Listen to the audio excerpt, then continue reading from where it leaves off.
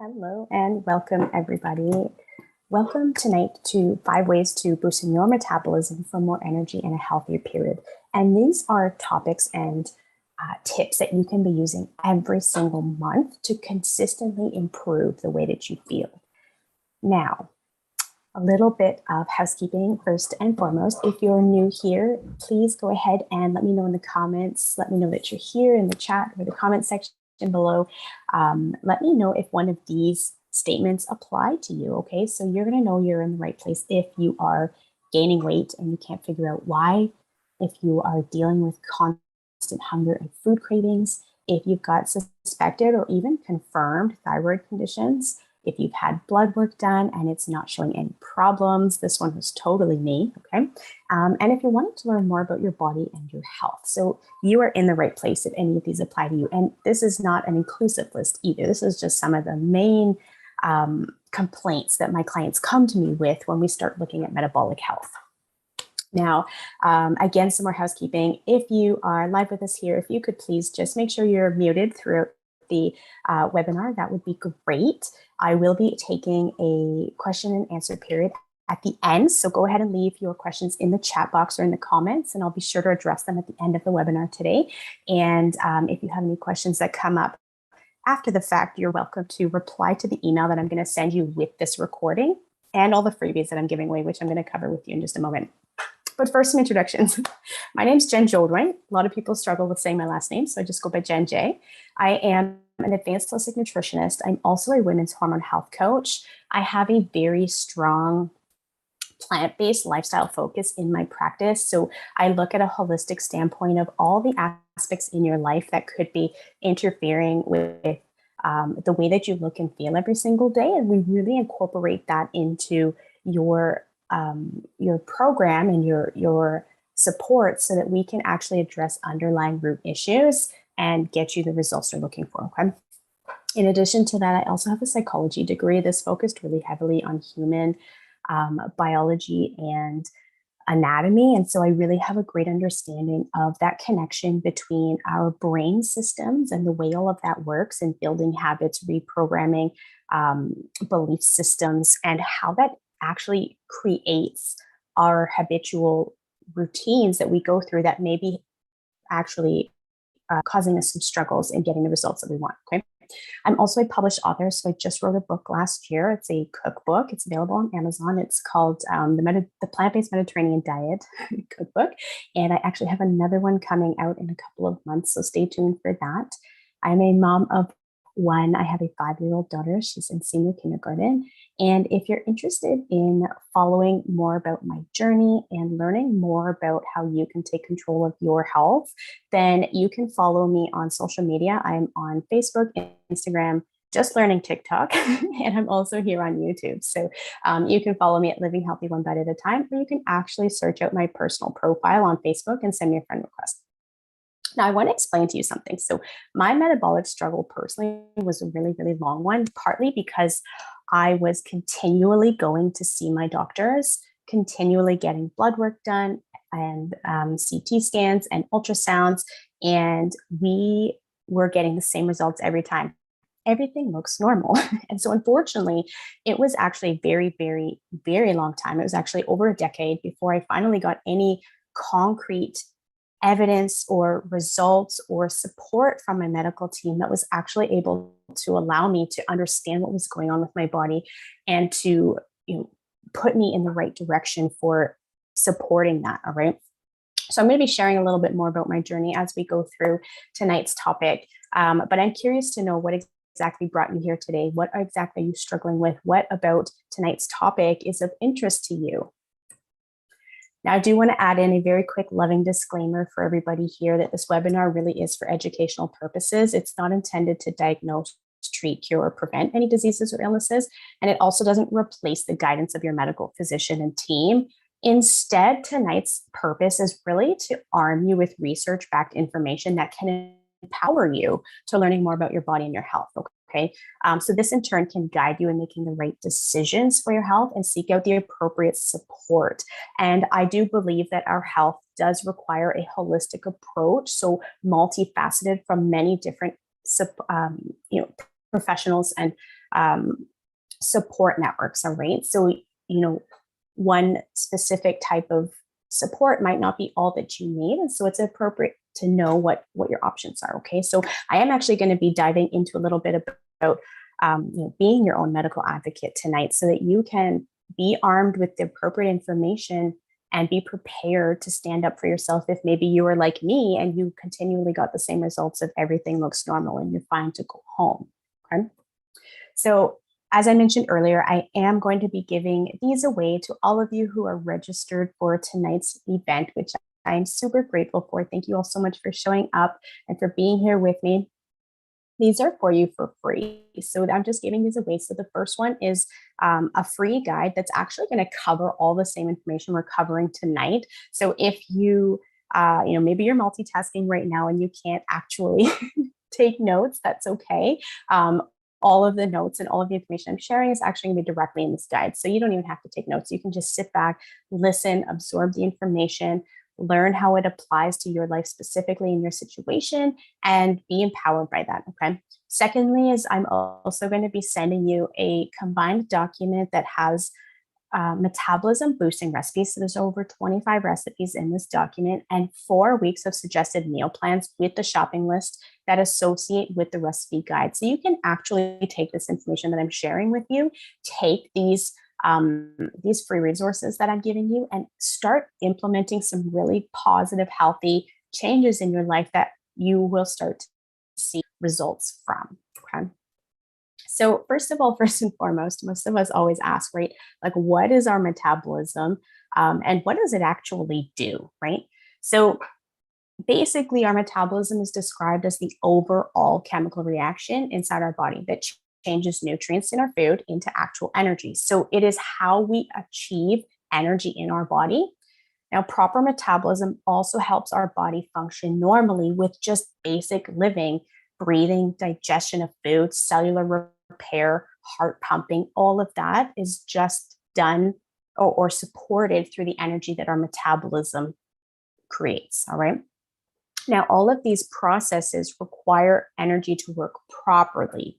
So if we don't have the right amount of energy coming into our body, we're not going to be able to actually support those basic living requirements that our body does even at total rest. So the minimum amount of this required energy is what's known as our basal metabolic rate. And when we have a lower basal metabolic rate, this is frequently described as or referred to as a slow metabolism.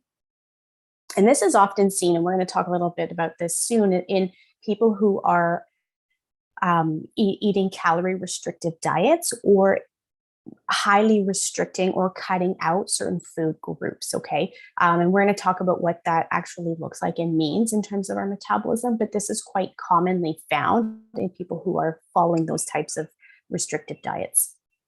So we all have different variations of our metabolism. Okay, so some of us can have a slow metabolism, some of us have really fast metabolisms. I'm sure you know plenty of people who look like they could eat anything they want and they never seem to change physically, right? Then there's other people who have a pretty normal basic metabolism that works with energy in, supplying energy out, okay? But there's a lot of factors that actually influence the speed of our metabolism. And so a slow metabolism means that our body can't actually properly burn all the calories that we're using, which leads to the storage of those calories in a form of fat. And that's why we often see fat cells or fat gain as that warning sign that we've got some metabolic issues going on, okay? So a slow metabolism and its warning signs, though, are actually usually the last warning sign that we notice that we've got something else going on in the body, okay? So we're going to see here a couple of the signs of a slow metabolism. So number one is the one that most of us recognize right away, right? It's the unexplained weight gain. So if you're suddenly gaining weight, even after you are eating a healthy diet, you're following, an active lifestyle, that could be connected to your metabolism. And oftentimes, if it's unexplained and very sudden, it's most often connected with our thyroid. So oftentimes we have a lack of thyroid hormone function in our body. And so that can actually, what's known as hypothyroidism, can actually slow down our metabolism and be contributing to that unexplained sudden weight gain. So hypothyroidism actually effectively decreases our basal metabolic rate of the body, which really reduces all of the metabolic activity in our body. And so instead of our body actually burning those calories and turning that into energy to use, it's instead actually just storing it as fat. Now, one of the things that we run into for women specifically is that excess estrogens in our body are actually stored in fat cells in our body. So the more excess fat that we carry on our body, the more likely we are to have other hormonal imbalances taking place because we have that storage space for it to happen. So if you are starting to notice that you've got some excess weight going on, and maybe you're here because of, you've got some concerns about that, or you've got some concerns about your metabolism, then you may also want to start looking for warning signs that you've got other hormonal imbalances happening. And that could be things like, skin conditions. It could be things like painful periods. You could be having extreme mood swings. It could be inconsistent periods and menstrual cycles. And it could even be, intense PMS. It really ranges from person to person, but the warning signs of a hormonal imbalance are things you might want to start looking for. Now, number 2, and this is a huge one for women, is fatigue, right? So a lack of energy or just feeling really tired all of the time. This is often associated with a slow metabolism. So when we are more tired more frequently than normal, the body actually breaks down energy containing molecules at a slower rate. And so an adequate amount of energy is not actually available to our body, okay? So the slower the metabolic rate happening, the more fatigue we're going to experience. So what we really want to do in order to have more energy is increase that basal metabolic rate so that our body is actually functioning and supplying that energy that we're putting into it. Number 3 is hair loss, brittle nails, or even things like dry skin. This is one that I see quite often in clients who are post-baby, postpartum, right? So after baby, what's known as the 4th trimester, we tend to have a lot of hormonal swings happening just because our body is now starting to re-regulate. It's gone from growing a child to now feeding a child, right? Like if you are nursing, then you've got quite a bit of hormonal imbalances happening here. And so oftentimes that interferes with our metabolism, okay?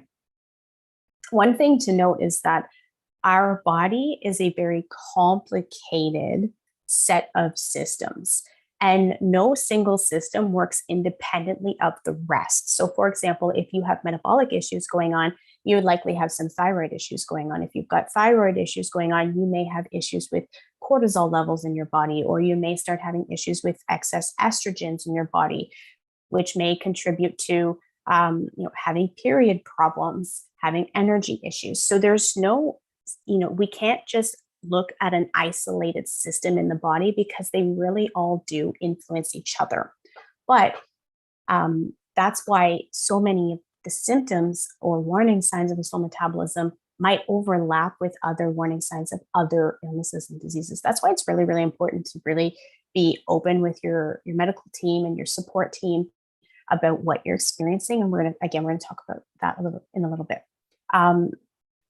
But basically, if we're not burning calories as quickly as we should, then our body isn't supplying nutrient-dense blood to the rest of our organs, which actually results in hair loss or a lack of luster in our skin and even brittle nails, right? Because it's not getting all of those nutrients and all of that extra blood and all of that extra oxygen in order to create the basic functions in our body of hair, skin, and nails. So we tend to see our hair falling out, our nails tend to get really weak and break easily, or we tend to end up with skin conditions like very dry skin, eczema even, okay?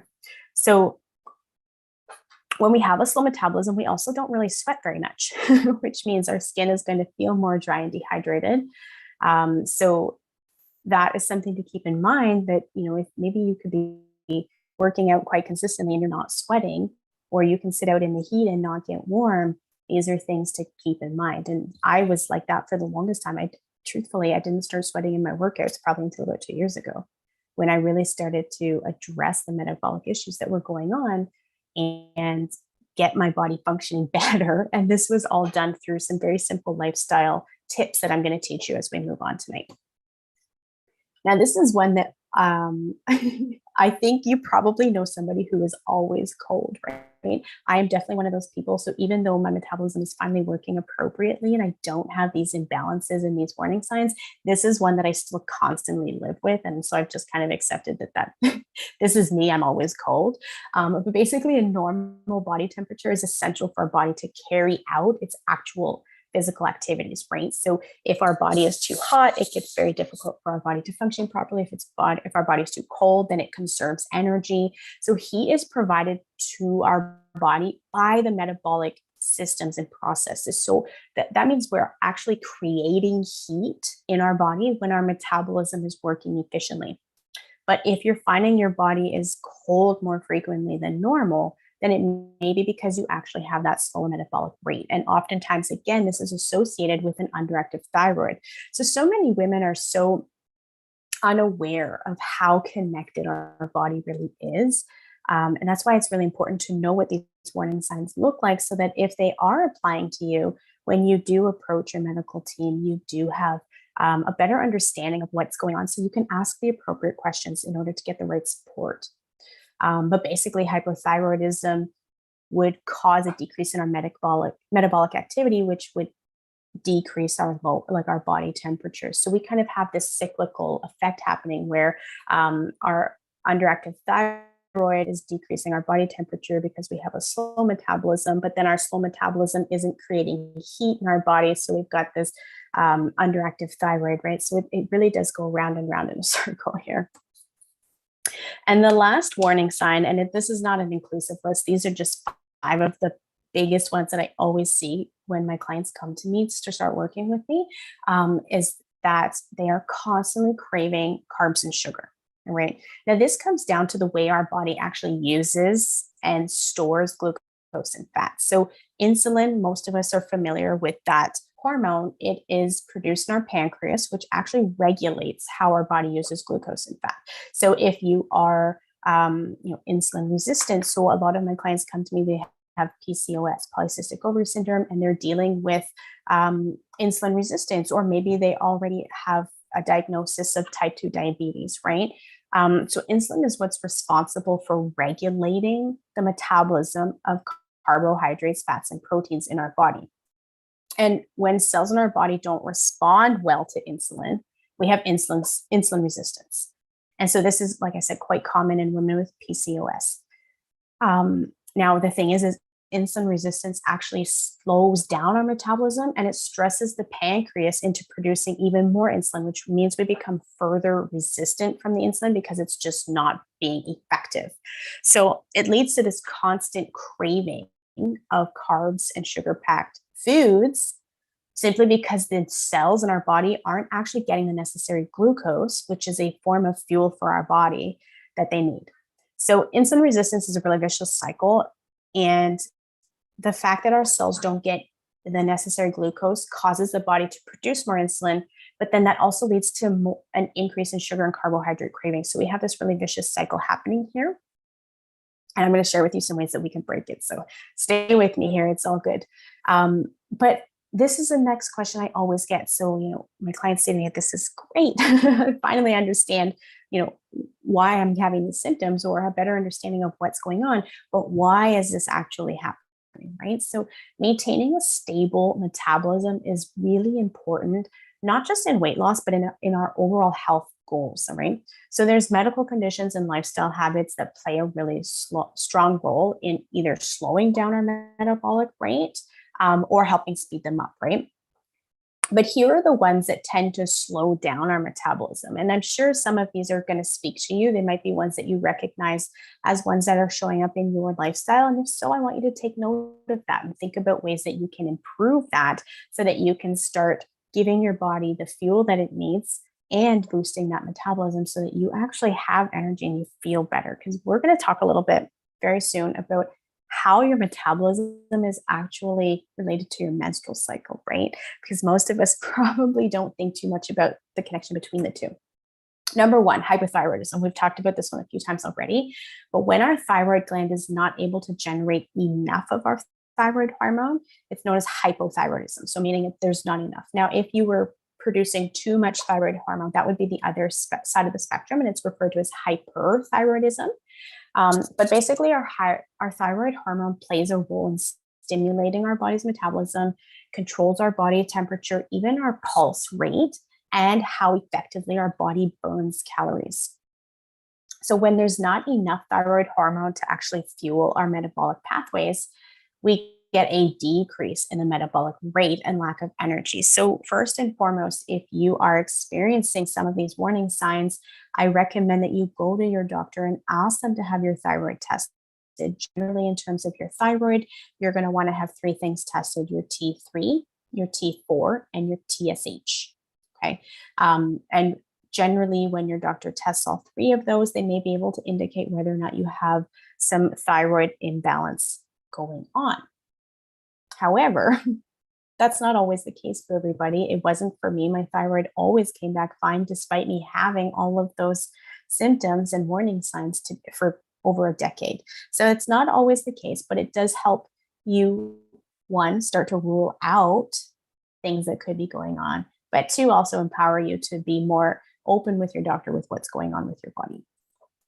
Now, number two is low protein consumption. I see this all the time. When we don't consume enough protein, it can actually slow down our metabolism.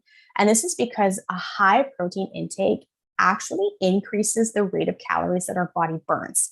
So after we eat and after digestion, there's an effect called the thermal effect of food. Okay. And this is where basically the heat generated by food that we digest actually increases our metabolism. It's really, really cool. But to break it down for you, studies show that the thermal effect of food of proteins is actually significantly higher than that of carbs and fats. So eating a high protein diet increases our metabolic rate by 20 to 30%, which is huge, versus eating high levels of carbs and fats, which really only increase our metabolic rate between 3 and 10%. So that's really, really low and insignificant. So the lower the protein intake in your diet, the slower your metabolism. So this is an easy one to fix that you can fix with your next meal, right? You can be more conscious of where your protein is coming from, how much protein you have on your plate, and be consistent with ensuring that you're eating enough protein. Now, if you're unsure of how much protein you should be eating, then that's different, right? So if you're unsure, you're welcome to book a discovery call with me. I'm going to leave the information for that in the description of this video, as well as in the follow-up email with the replay. And we can just go over some of those basics of, based on your body size, what that would look like for you, and get a better understanding of how diet and lifestyle could actually support you and your struggles specifically. But basically, increasing your protein is going to help increase your metabolic rate. Now, our third one, and this one is, like I mentioned earlier, something that I see with clients all of the time. So because you've got a slower metabolism, you're probably gaining weight, right? And what is the fastest way that we know to lose weight? Well, it's to restrict our food. Okay, so what happens is when we start calorie restricting is that we are decreasing our metabolic rate. And this happens because our body has this fight or flight effect. It has this mechanism for self-protection. And so because we know food converts to energy in our body, if we're not getting enough food in our body, then our body actually converts what food we do get into fat, right? And so we are actually gaining weight when we start doing very restrictive, low-calorie diets, particularly if you are looking at cutting out entire food groups or eating 1,200 calories or less, which I see this all the time in my practice. But instead, what you really want to be doing is eating the right amount of calories that our body is meeting all of those basic needs, plus the energy that you're spending every day to do your daily functions, okay? So in most studies, calories burned during our rest state, which are our resting metabolic rate or our basal metabolic rate.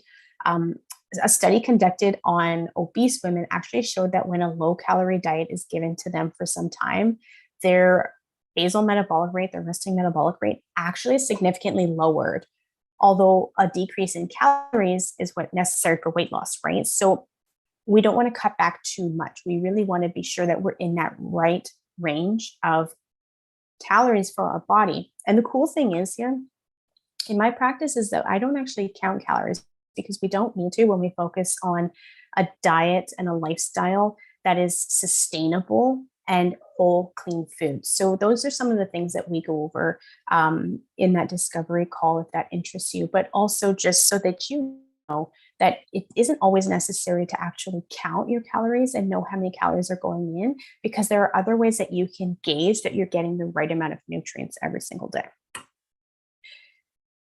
Number 4 here, sleep deprivation.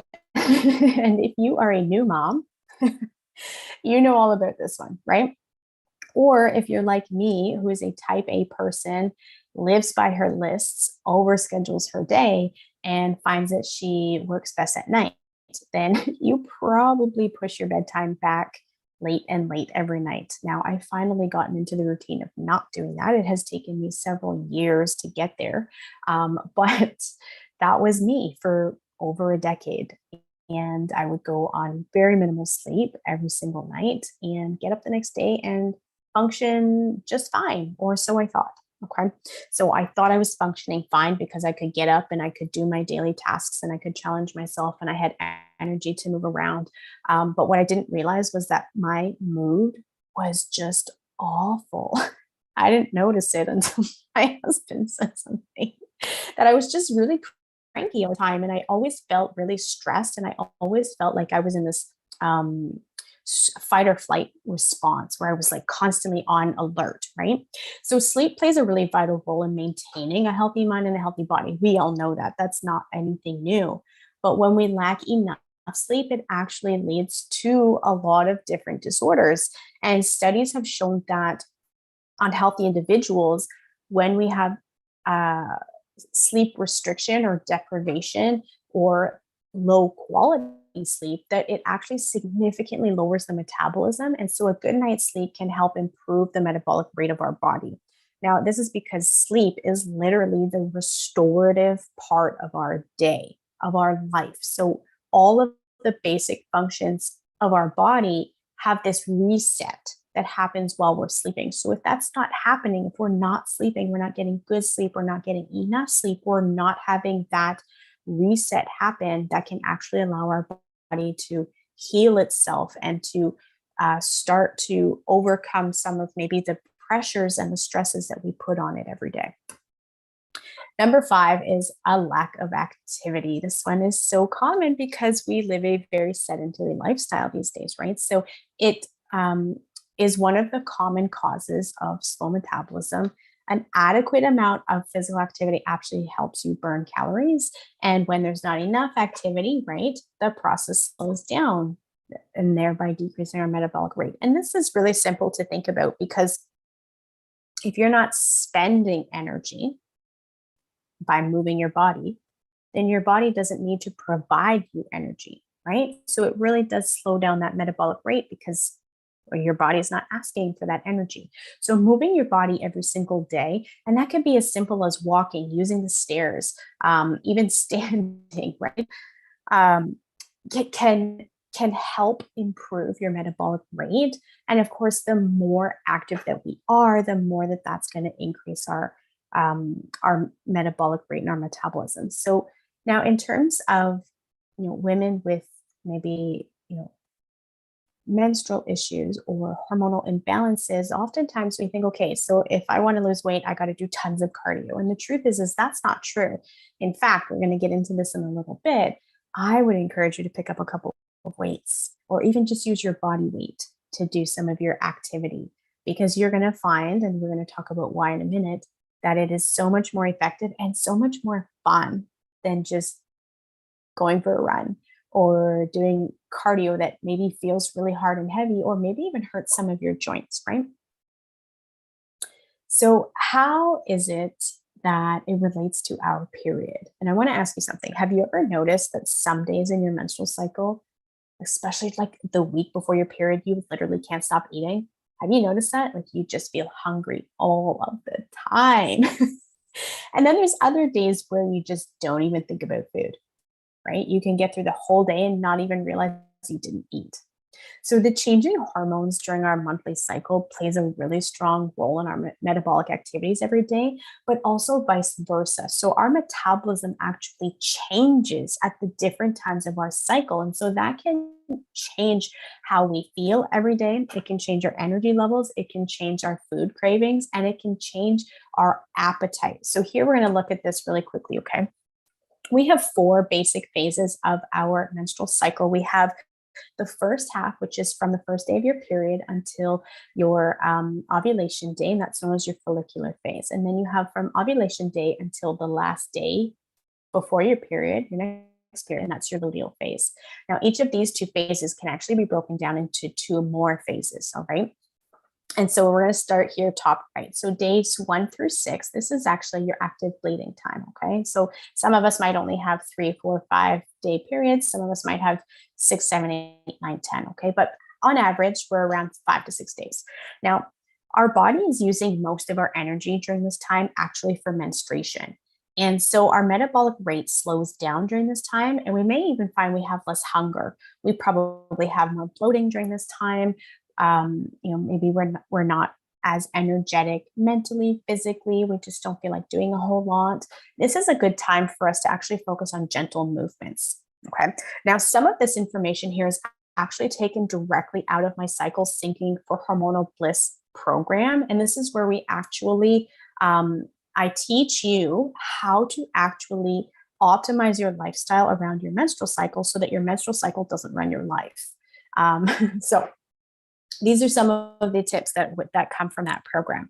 Now, the gentle movements are going to help keep your body active, but not put a whole lot of stress on your body because it is actually going through a whole lot. And at this time, we're actually losing a lot of our iron stores. Some women could lose anywhere between 3 and 25% of their iron stores in one monthly menstrual cycle. So it's important that during this time, we're focusing on eating foods that are high in iron so that we can replenish those stores. But at the same time, this is where all of our hormones or our menstrual hormones tend to be the lowest.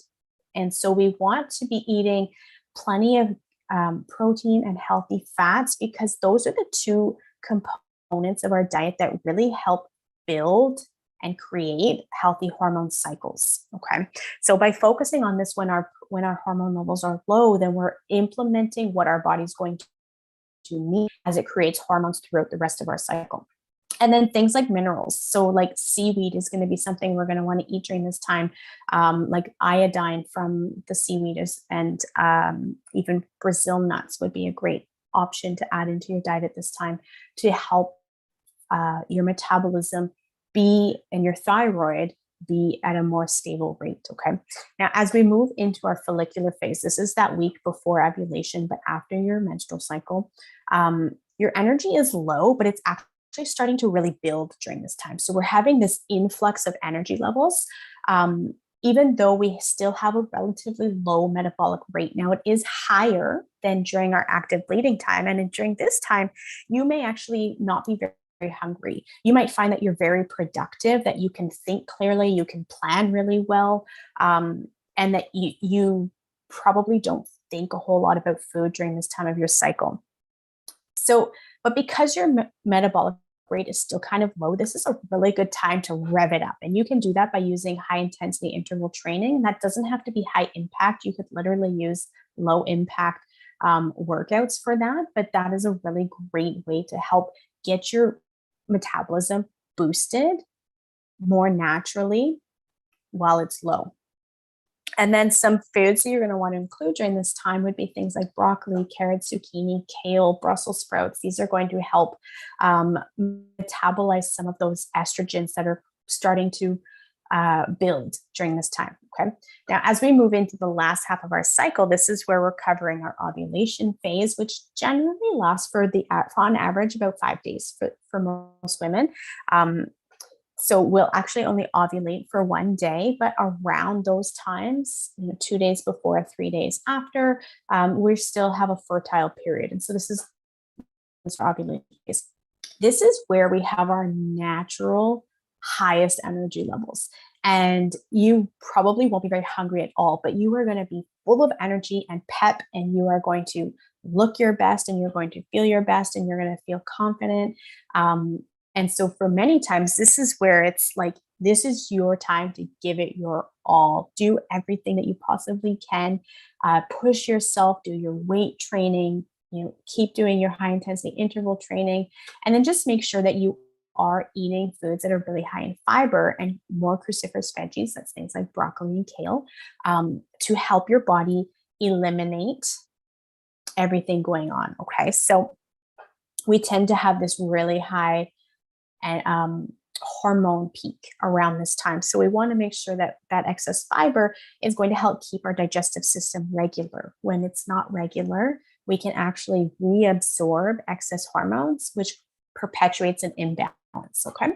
And then the last half, or the last portion of our cycle, which generally lasts for most women about 10 days. This is our luteal phase. This is where our natural energies start to lower a bit, and our metabolism actually burns about 4% more calories. This has been scientifically shown. So we have more caloric needs during the last 10 days of our cycle. This is why in that week before your period, you are so hungry every day. And it doesn't matter how much you eat, you can't stop eating. It's okay, because it's actually been shown that our body requires those extra calories. The interesting thing is that the studies also showed that on average, most women tend to actually eat about 4% more during that time. And so what's happening here is you are actually still balancing out the requirements of your body, even though you're eating more. Okay. This is a good time to focus on strength training. And this is because strength training, building muscle, burns calories longer than just doing cardio based workouts. Okay. And so this is where you want to do non-cardio, particularly because your energy levels will burn out faster. Like, you will take longer to recover. You won't have as much pep and go as you did in, say, those middle 2 weeks of your cycle. But keeping in with that strength training is going to help keep that metabolism boosted in that 4% range, or even higher, to help compensate for the extra food that you may be eating during that time as well. Okay.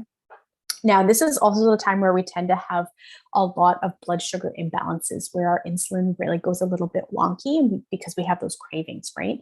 So eating more complex carbohydrates, things like whole grains, sweet potato, even fruits and vegetables, are a really great way to help balance those blood sugar levels, so that we're not going to cravings that are going to perpetuate that, like sweets. Okay. And then protein to help you feel full. So these are a couple of tips that can help you navigate your metabolism during your menstrual cycle. Now, I want to talk to you really quickly about being your own medical advocate, because this is so important, and it's something that we're not taught how to do, right? We just don't know. And I know for me specifically, like, it was about actually 15 years of trying to find a doctor who could, first of all, validate what I was going through, understand what I was going through, who was willing to dig deeper into my concerns. So just because all my testing came back showing everything was normal, I didn't feel normal, right? So you know your body best. If it doesn't feel fine, if it doesn't feel good, if it doesn't feel normal, then it's not. So you really have to learn how to be your own medical advocate and really stand up for yourself.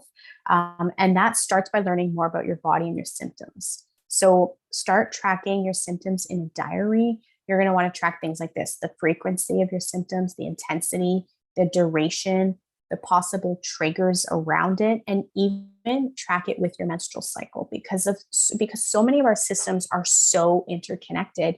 Sometimes what you're experiencing could actually be a result of, something with your menstrual cycle, right? That isn't necessarily pulled up in the traditional and standard tests that your doctor would run when you complain about certain symptoms. Okay. So having it in a diary, and I would track for a minimum of 3 months.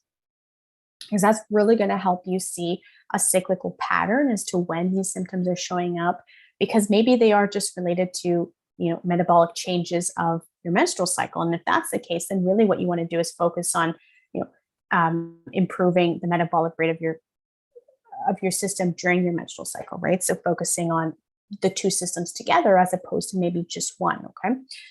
But then you're going to want to go into your appointment with your doctor with a list of your requests, a list of your questions, and a list of your concerns, so that you are prepared when you get there, and your doctor understands that you are serious, that you're not there to just complain, that you really do need answers, and that this is what's going on. When you bring that diary with you, with all that tracking and all that information, it's really hard for a doctor to not take you seriously, because it's clear that you are concerned enough about your health and what's going on, that you have taken the time to document what's happening, because a doctor doesn't know you or what's going on with you and your health when you step outside of that door. As soon as you leave that office, they have no idea what your life looks like. So the better you can help them understand what your life looks like, instead of that snapshot that they get in a couple of standard tests or in that 20-minute appointment, the better they can actually help look into the issues you may have going on. And then the next thing, and this is one that a lot of us run into, is that your doctor is unwilling to run any tests or certain tests, or they run the tests and they say everything looks fine.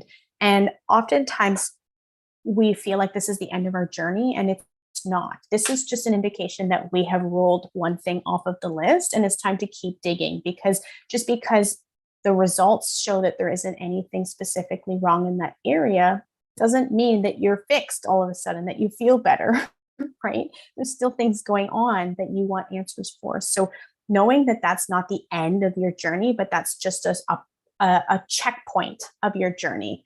So then your next question with your doctor would be, okay, what's next? What now? Because I still feel this way. I'm still experiencing these symptoms. Why? Okay. So keep tracking, keep pushing, keep asking questions, and ask for referrals if you're not getting any leeway with your doctor. If you're just not being able to get the answers or the results or the testing done that you think you need, then ask for referrals. And sometimes it's because what you need is beyond the training of your physician, right? Sometimes you do need to see a specialist in order to get the answers that you need. But you know your body best. So it's really important that you stand up for it, because there's nobody else who's going to do it for you.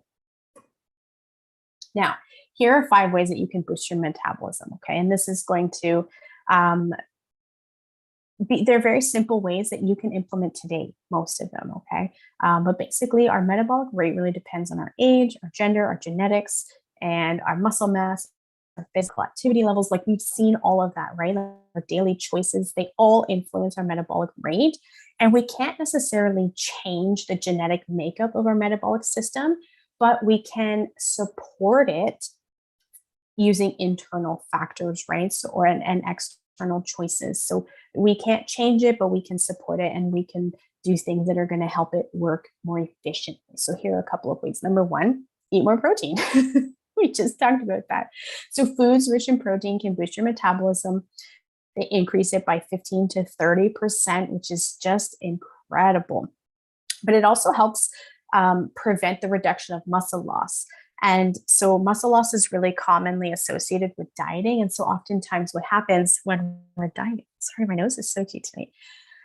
When we're dieting, is that because we're eating maybe a calorie restrictive diet or following a calorie restrictive routine, our body actually begins to feed off of its own energy sources. And oftentimes that includes eating its own muscle as fuel sources.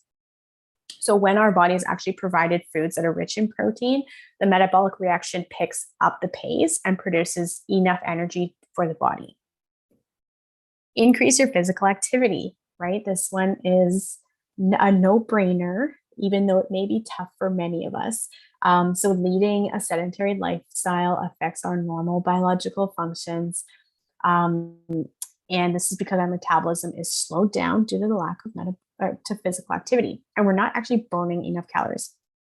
So high intensity interval training can give you outbursts of energy, and it increases the metabolic rate and burns more fat, including after training. So that's why strength training and HIIT training are really, really great ways to boost your metabolic rate, because they're actually still burning calories long after your workout is completed. Which means that's why I really love HIIT training, to be honest, because if you only have 20 minutes in your day to do a workout, if you focused it on high intensity interval training, you can actually get the same benefits physically and cellularly in terms of metabolism as if you were doing, say, 40, 45, 60 minutes in the gym of a cardio workout. And so you can actually crunch in a whole lot of positive impact in your body in a small amount of time and still get those same benefits.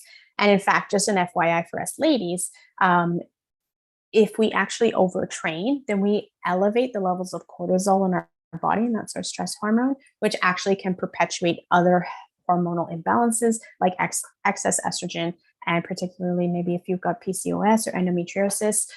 These are not symptoms or hormonal imbalances that you want to be dealing with. You don't want those excess hormones. You don't want the excess estrogens or testosterones, because they're really going to perpetuate some of the symptoms that you might already experience, like infertility, abnormal hair growth, fatigue, weight gain even. Okay, so even though you might be exercising, you could actually be over exercising in the wrong way. So focus on HIIT training and strength training, because for your metabolism, they are some of the best ones that you can invest your time into. Number 3, again, get a good night's sleep. So sleep deprivation causes dysregulation in our metabolism because our body is forced to obtain food at irregular intervals. Okay. But it also plays an essential role in glucose metabolism. So we get glucose from our carbohydrates mostly. And studies show that partial sleep deprivation may actually increase our risk of type 2 diabetes. That's really scary, right? When we think about how interconnected all these systems are, it's really scary how sensitive they can be. Now, the cool thing is that although they're sensitive in one way, they're also sensitive in the other way, in that if you start implementing very basic, simple, healthy habits consistently, you can actually start to see improvement in your body and the way that it feels and looks every single day. Now, cortisol and growth hormones are involved in the regulation of our glucose metabolism. And after only one night of sleep deprivation, cortisol levels increase and our glucose dysregulation occurs. So I often see in my practice a lot of women with PCOS who have irregular sleep patterns or go to sleep very late and have poor sleep quality, and they have difficulty losing weight, have a slow metabolism, and they have hypothyroidism. Oftentimes, once we start implementing a consistent quality sleep routine, a lot of the symptoms they were experiencing tends to start to clear up, or they start to experience, easier weight loss, more energy levels, and less of that insulin resistance as well. Okay, so getting a good night's sleep can actually really help improve your metabolic rate significantly. It's so underrated. I dare you, just give it a try for 2 weeks. Number 4, green tea. Green tea is fantastic for improving our metabolism. It contains catechins and caffeine. Now, the way that the caffeine is metabolized in our body is actually this really slow release. So it's not the same as caffeine in coffee, where it actually elevates our cortisol levels and creates this very stressed environment inside of our body. Green tea doesn't metabolize that same way, and yet it actually helps burn fat in the body, which can actually help, of course, increase our metabolic rate by up to 17%. That's amazing. Okay, so that's why oftentimes when you start first looking into ways to improve your metabolism or ways to lose weight, green tea is often in the top 3 suggestions that we see, and this is why. Now, caffeine consumption can also increase our metabolic rate by 3 to 4%. So if you're just looking at, say, coffee, and increases the energy expending in our body by 8 to 11%. So we really do have this big boost of metabolic rate activities happening in the body. And of course, it's also helpful for weight maintenance and weight loss because they're boosting our metabolism. Lastly is water. Speaking of, I need a sip. All right, so the last one is water. It is an essential factor maintaining and losing weight specifically, because it can actually reduce our calorie intake and help us feel full, right? Oftentimes we mistake thirst for hunger and we eat when we're actually thirsty, for one. But also, two, when you start to recognize that you're thirsty, your body is already dehydrated. And when we are dehydrated, our body can't effectively receive the nutrients that we are providing it. So maybe you're eating a fantastically, wonderfully healthy diet, but you're not drinking enough water, and your body's not actually getting all the nutrients that it possibly could be. And it's also not flushing out all of the toxins that you're exposed to. Now, as women, we're exposed to over 10,000 toxic chemicals every single day. And that is from things like our beauty products, our hygiene products, our nonstick cookware, the toxins in the air that we breathe, the water that we drink even. So we can't avoid all of these toxins, but what we can do is support our body in eliminating them properly. And the consumption of water is one of those big aspects that help us do that. Studies have shown that water consumption can also speed up our metabolic rate. And after drinking only 16 ounces, so that's just 2 cups of water, the metabolic rate increases by up to 30%. Holy wow. So I'm going to challenge you. How much water are you drinking these days? Because if you're drinking plenty, you're going to help keep that metabolism boosted. And if you're not drinking enough, I dare you to give that one a try for the next week or so and see how you feel. Yes, you will be running to the washroom a lot, but this is good news. This is your body flushing out those toxins that we were talking about earlier. So the great news is that you have the power to reverse your metabolism, and it all comes down to very basic healthy living suggestions that when you do consistently over time, you will start to see changes in your body. So you can take action to increase your slow metabolism with many of the steps that I've suggested tonight. And remember that these are just lifestyle changes. They're not temporary fixes that get discarded when you reach your goal. These are habits that you need to start implementing long term. They need to be a part of your lifestyle so that you can help maintain that, because optimal health is not a destination. It's literally a journey. It's always evolving. Our body is always exposed to struggles and challenges and toxins that are going to counteract what we're doing. So we always have to be striving towards that. So I want to thank all of you for being here tonight. This was so much fun. If you have any questions, feel free to leave them in the chat. I'm going to pop in there in a little bit. But if you'd like to learn more about boosting your metabolism, gaining more energy, or even fixing some of your period problems, I want to invite you to just a free 20-minute strategy call with me. That's what we were talking about earlier. And then I can help you see what that would look like for you. Okay. So we would dive into some of the challenges you're experiencing. I can give you some, some more support into how what you're doing might not be the best thing for you specifically, or some suggestions on what can actually get you started into getting better results. And if I felt like we were a good fit to work together, or like I had a program or a service that could help you, then I would definitely share that with you, and you'd have the option of giving that a go. Now, at the very least, I'd love for you to follow me on social media. So you can find me at Living Healthy One Bite at a Time on Facebook, Instagram, YouTube, and TikTok. Thank you all so much for your time. And remember to check your emails tomorrow morning for all of your free support resources that I'm sending you with tonight's webinar recording. And if you have any questions at all about the resources or the information shared tonight, you're welcome to just hit reply in that email, and I'd be happy to have that conversation with you. Thank you all so much, and goodbye.